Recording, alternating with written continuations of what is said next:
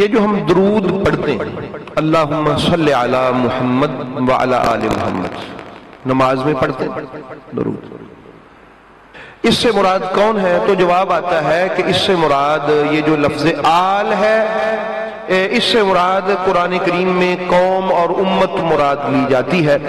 اس کے لیے وہ پھر دلائل پیش کرتے ہیں، وہ دلائل میں آپ کی بارگاہ میں رکھتا ہوں۔ قرآن کریم میں ایک آیہ کریمہ ہے قال رجل مؤمن من آل فرعون یکتم ایمانہ، کہ آل فرعون میں سے ایک آدمی تھا جو مومن تھا، اس نے اپنا ایمان چھپایا ہوا تھا۔ وہ کہتے ہیں جی دیکھیں قرآن میں آ گیا ہے کہ فرعون کی قوم کا ایک شخص، پتہ چلا کہ آل سے مراد قوم ہوتی ہے، امت ہوتی ہے، اولاد نہیں ہوتی، نمبر ایک۔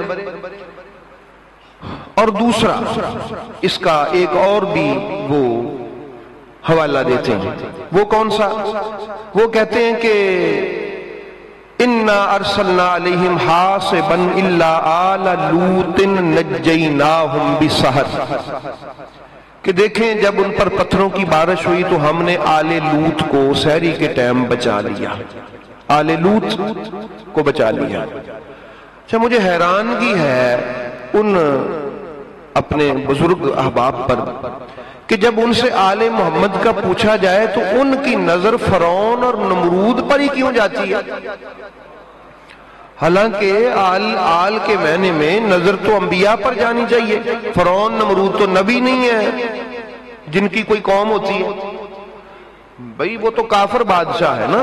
عجیب آپ سوچ دیکھیں، آپ سوچ کا زاویہ دیکھیں کہ جب کوئی سوال پوچھے کہ آل سے مراد کون ہے، وہ کہتے ہیں جی آل فرعون، نمرود کی قوم، فرعون کی قوم، اور پھر وہ آدھی آیت پڑھ کے آل لوط کے حوالہ سے بھی یہ لوگوں میں تاثر پیش کرنا چاہتے ہیں کہ دیکھیں جی قرآن میں آل لوط آ گیا ہے، تو لوط علیہ السلام اللہ کے نبی تھے تو اس لیے ان کی قوم اس سے مراد ہے نہیں۔ احباب گرامی دیکھیں یہ قرآن کوئی ایسا تو نہیں ہے کہ چھپا کے انہوں نے رکھا ہوا ہے کہ کوئی اور پڑھتا ہی نہ ہو اور وہی اس کا حوالہ دیں۔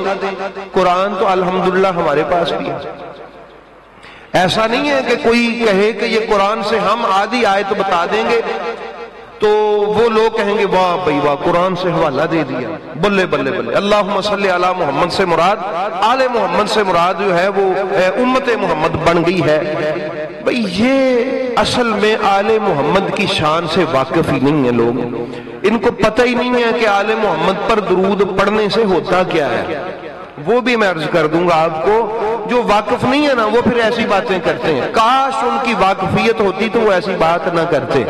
دیکھیں یہ جو فرعون تھا نا، وہ لکھتے ہیں نیچے اس میں کہ فرعون کی چونکہ اولاد کوئی نہیں تھی اس لیے اس سے مراد اس کی قوم ہے۔ یہ فرعون کسی ایک بندے کا نام نہیں تھا، یہ بھی ذہن میں رکھیں۔ جس طرح کیسر، کسرا اور یہ وغیرہ مصر کے ہر بادشاہ کا لقب تھا فرعون، بات سمجھ آئی؟ جس طرح وہ جو یہ فلسطین، یہ جو شام ہے، اس کے ہر بادشاہ کا نام کیا تھا؟ کیسر، روم کا۔ تو دوسرا یہ جو روم وغیرہ، اور جو ایران تھا اس کے ہر بادشاہ کا لقب تھا کسرا، نام ان کا کوئی اور ہوتا تھا لیکن وہ کیسر روم یا کسرا ایران کے نام سے پکارے جاتے تھے۔ اسی طرح فرعون نام اس کا جو بھی ہوتا تھا، فرعون ان کا لقب تھا۔ سب سے توجہ طلب بات یہ ہے، تو یہ صرف ایک بندہ نہیں تھا، ہر دور میں کتنے بادشاہ گزرے، سینکڑوں سال وہ بادشاہ رہے اور ہر کا نام فرعون تھا، اور ان کی آگے نسلیں چلتی رہی، ان سے جو قوم تیار ہوئی اس کو آل فرعون کہا گیا۔ اس کو کیا کہا گیا؟ آل فرعون۔ اچھا اب جو سعودیہ والے ہیں، سعودیہ والے یہ بھی سمجھ لیں آپ، آل سعود ان کو کہتے ہیں۔ حکومت سعودیہ میں کن کی ہے؟ آل سعود کی، ڈر دیتے ہیں میرا دستے۔ سعودیہ میں حکومت کن کی ہے؟ آل سعود کی۔ یہ آل سعود سارے سعودی عرب والوں کا نام ہے یا ایک خاندان ہے؟ ایک خاندان ہے صرف، توجہ ہے بھائی۔ اگر ہم کہیں گے نہیں جی سعودیہ جو پورے اس شہر تے اس ملک دی حکومت ہے، کیونکہ آل سعود سے مراد سعودیہ کی قوم، قوم نہیں، یہاں آل سے مراد خاندان ہوتا ہے. اور سعودیہ والوں کے جو ترجمے پاکستان میں تقسیم ہوئے ہیں اس سے بھی آپ ترجمہ پڑھ سکتے ہیں، جو انہوں نے ترجمے کروا کے تقسیم کیے ہیں. جہاں بھی آل کا لفظ آیا ہے نا اس کا معنی انہوں نے بھی خاندان ہی کیا. تو وہ آل فرعون یعنی خاندان تھا جو فرعون کا، جو سینکڑوں سالوں سے ایک کثرت حاصل کر چکا تھا، اور وہ تھے ان میں سے ایک آدمی اس خاندان میں سے ایمان والا تھا، اور اللہ فرماتا ہے اس نے اپنا ایمان چھپایا ہوا تھا. اور پوری آیہ کریمہ قال رجل مؤمن من آل فرعون یکتم ایمانہ اتقتلون رجلا ان یقول ربی اللہ وقد جاءکم بالبینات من ربکم. فرمایا کہ آل فرعون یعنی فرعون کے خاندان میں سے ایک شخص. یہ بات شاید تھوڑی کم مضبوط ہو، انشاءاللہ آپ کو میں یہ بات کمزوری پہ چھوڑوں گا نہیں، یہ انشاءاللہ دلیل کی پختگی تک چلی جائے گی. دیکھیں نبی رحمت صلی اللہ تعالی علیہ وآلہ وسلم نے جب یہ درود پاک کی آیت نازل ہوئی تو اس کو خود سرکار نے اس کی وضاحت فرما دی. اب آل کون ہوتی ہے اس کا جو ترجمہ ہے وہ ہم قرآن کریم سے ہی، اور یہ جو لوط کا بتاتے ہیں کہ وہ دیکھیں جی قرآن میں قوم لوط آ گیا، وَنَجَّيْنَاهُمْ بِسَحْرٍ إِلَّا آلَ لوط. یہ آدھی آیت پڑھتے ہیں، آپ کو پتہ ہے میں آپ کو پوری آیت سنا دیتا ہوں. فرمایا کذبت قوم لوط بالنذر. کذبت قوم لوط بالنذر کہ لوط علیہ السلام کی قوم نے ڈرانے والوں کو جٹلایا، یعنی انبیاء کو کیا کیا؟ جٹلایا. انا ارسلنا علیہم حاصبا، پھر ہم نے ان پر پتھروں والی ہوا چلائی. کون سی ہوا چلائی؟ پتھروں والی ہوا چلائی اور ان کو غرق کر دیا ان پتھروں کے نیچے. الا آل لوط. توجہ ہے؟ فرمایا قوم لوط اور تھی، آل لوط. دیکھیں قرآن پڑھنے سے سمجھ آتی ہے نا. فرمایا کذبت قوم لوط، قوم لوط نے تو جٹلایا، آل لوط نے اپنایا. پتہ چلا کہ قوم لوط اور ہے اور آل لوط اور ہے. یہاں چونکہ اللہ کا نبی ہے، وہ فرعون نمرود وغیرہ چونکہ نبی نہیں ہے اس لیے ان کی امت تو ہوتی نہیں ہے، اس لیے ان کے خاندان کا صرف ذکر کیا. لوط چونکہ اللہ کے نبی ہیں اس لیے ان کے خاندان اور ان کی قوم کا الگ الگ ذکر کیا. اور مسئلہ سمجھو بھئی، آل کو سمجھنے کے لیے ہمیں قرآن کریم کی طرف رجوع کرنا پڑے گا کہ آل سے مراد قرآن کی نظر میں کون ہے. تو اللہ فرماتا ہے ایک نبی کی قوم ہوتی ہے جس کو امت کہتے ہیں، ایک نبی کی آل ہوتی ہے جس کو نبی کا خاندان. تو فرمایا کذبت قوم لوط بالنذر، ان قوم لوط نے جو ہے وہ ان کو جٹلایا. وَإِنَّا أَرْسَلْنَا عَلَيْهِمْ حَاصِبًا، ہم نے اوپر عذاب نازل فرمایا. إِلَّا آلَ لُوطٍ نَجَّيْنَاهُ بِسَحْرٍ، لیکن آل لوط پر نہیں، ان کو ہم نے سحری کے وقت اپنی پناہ میں لے لیا، ان کو بچا دیا. اس لیے احباب گرامی، اور اس کے بعد یہی وہ جو ابراہیم علیہ السلام کے پاس فرشتے آئے تھے، قالوا انا ارسلنا الى قوم مجرمین، انہوں نے کہا ابراہیم علیہ السلام سے فرشتوں نے کہ ہم ایک مجرم قوم کی طرف ہمیں بھیجا گیا ہے. الا آل لوط انا لمنجوہم اجمعین، قوم مجرمین بنی لوط علیہ السلام کی قوم. الا آل لوط، لیکن لوط علیہ السلام کا خاندان. لمنجوہم، ان کو ہم بچا لیں گے.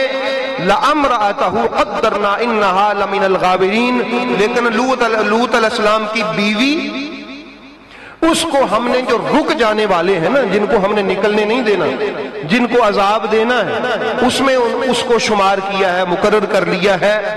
فَلَمَّا جَاءَ لُوطٌ الْمُرْسَلِينَ، جب ان کے پاس وہ فرشتے آئے لوط علیہ السلام کی اس قوم کی طرف، فَمَا كَانَ جَوَابَ قَوْمِهِ إِلَّا أَنْ قَالُوا أَخْرِجُوا آلَ لُوطٍ مِّنْ قَرْيَتِكُمْ إِنَّهُمْ أُنَاسٌ يَتَطَهَّرُونَ.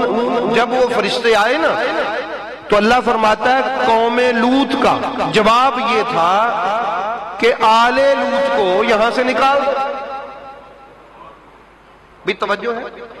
دیکھیں یہ دوڑا مائیہ نہیں ہے، میں قرآن کریم کی بات عرض کر رہا ہوں. فرمایا فما جواب قوم ہی، لوط علیہ السلام کی جو قوم تھی نا ان کا جواب یہ تھا کہ الا ان قالوا اخرجوا آل لوط من قريتكم، آل لوط کو یعنی اس خاندان کو اپنے گھر سے، اپنے پنڈ سے، اپنے علاقے سے نکال دو.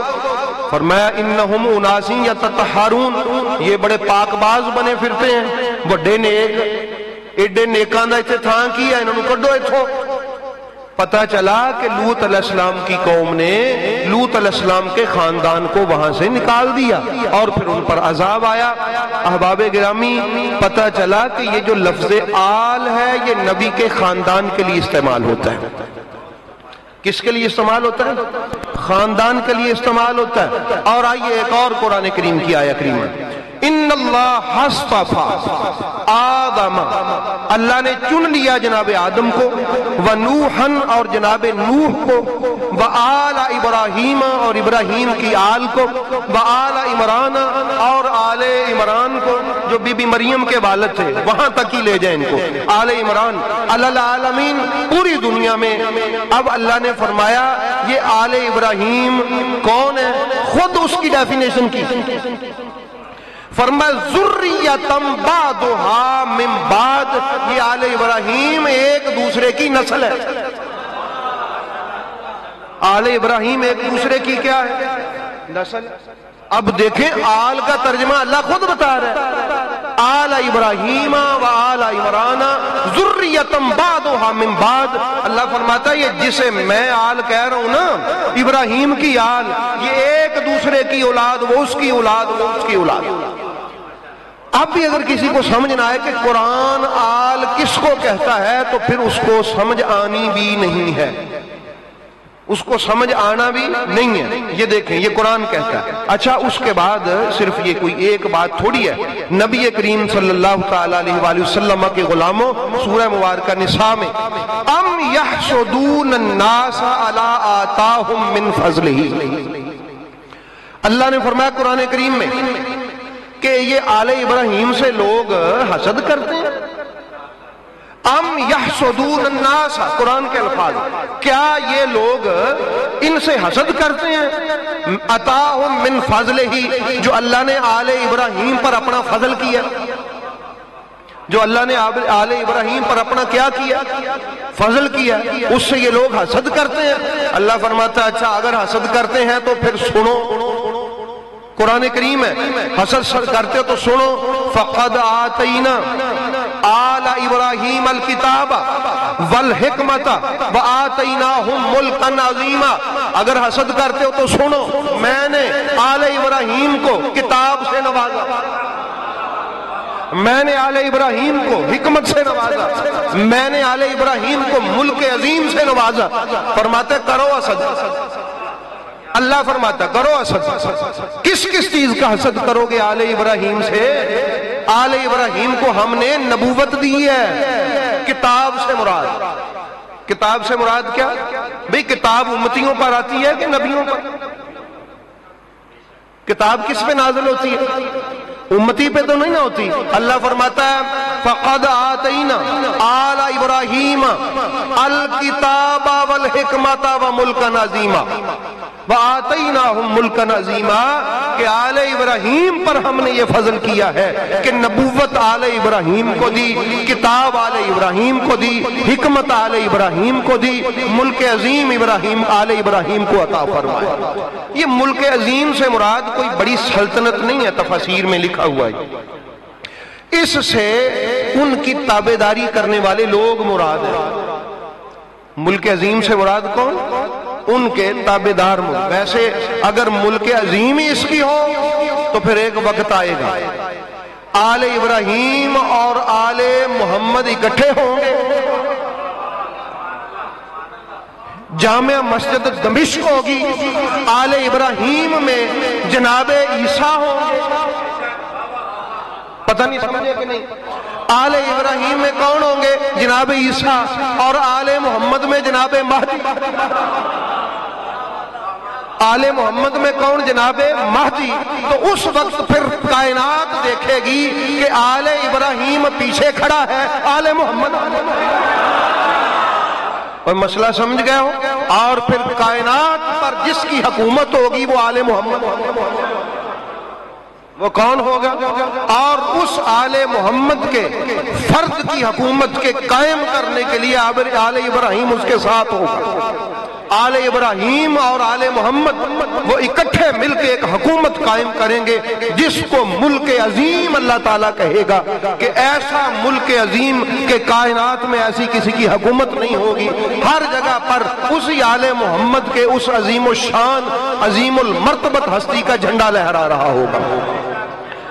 پھر اس آیت کی سمجھ بھی آ جائے گی لوگوں، اس آیت کی کیا آ جائے گی؟ سمجھ بھی۔ اچھا اب مجھے آپ یہ بتائیں کہ اگر آل سے مراد قوم اور امت ہو تو پھر تقریباً 4 لاکھ تے فرد ہے ایسی آل ابراہیم دے، اپنا قوم ابراہیم کتنے تھے تقریباً؟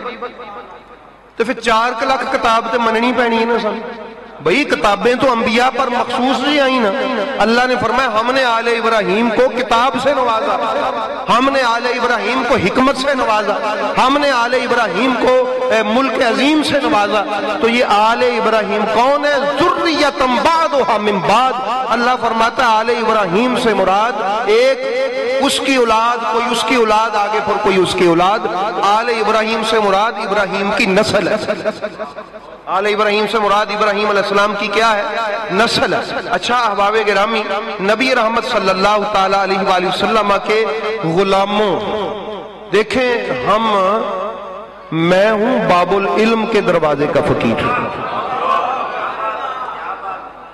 وہاں سے قرآن کریم کی خیرات ملتی ہے اور ملتی رہتی ہے اور ملتی رہے گی، اس میں کوئی ایسی بات نہیں ہے۔ تو نبی کریم علیہ الصلوۃ والسلام کے غلاموں سنیے ذرا، فرمایا وقال لهم نبیہم ان آیۃ ملکہ ان یأتیکم التابوت فیہ سکینۃ من ربکم وبقیۃ مما ترک آل موسیٰ وآل ہارون۔ انہوں نے کہا کہ حضرت ان سے کہ ہماری فتح کی کوئی نشانی، فرمایا وقال لهم نبیہم، اس وقت کے ان کے نبی نے کہا کہ تمہاری فتح کی اور تمہارے حق پر ہونے کی نشانی یہ ہے ان آیت ملک ہی، کہ تمہارے اس کے بادشاہ ہونے کی، جس کو میں نے بادشاہ بنایا ہے طالوت کو، صحیح ہے، اس کے بادشاہ ہونے کی نشانی یہ ہے ان یأتیکم التابوت، ابھی فرشتے ایک صندوق لے کے آئیں گے، فیہ سکینۃ من ربکم، اس میں تمہارے اطمینان اور تمہارے یقین کا سامان ہوگا۔ وہ کیا ہوگا؟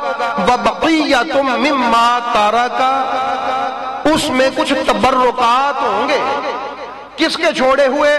آل موسیٰ، آل موسیٰ کے، آل ہارون، ہارون اور موسیٰ علیہ السلام کے قوم، ان کی اولاد کے، ان کی آل کے، ان کے گھر والوں کے تبرکات اس صندوق میں موجود ہوں گے۔ فرمایا تحملہ الملائکہ، اور اس صندوق کو فرشتوں نے اٹھایا ہوا ہوگا۔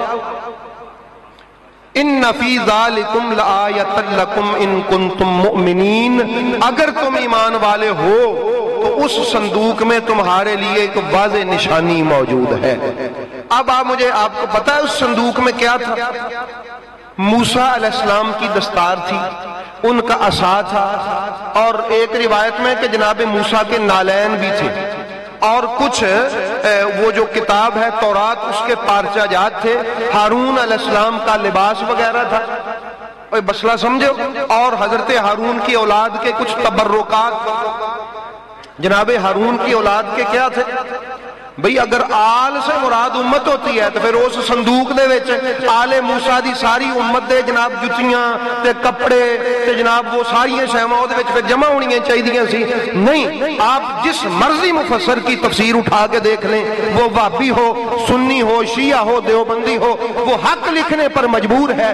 اس میں امت موسیٰ کا کوئی سامان نہیں تھا، اس میں اولاد ہارون کا سامان تھا، ان کے خاندان کا سامان موجود تھا۔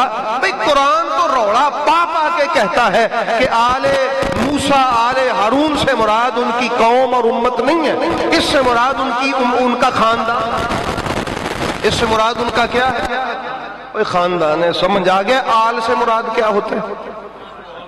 آل سے مراد کیا ہوتا ہے قرآن میں، یعنی کیا ہوتا ہے؟ ملا کی نظر میں آل سے مراد کیا ہوتا ہے یہ کوئی معنی نہیں رکھتا، یہ ذہن میں رکھ لیں۔ ملا کی نظر میں آل محمد سے مراد یا آل ہارون سے مراد کیا ہے یہ کوئی معنی نہیں رکھتا۔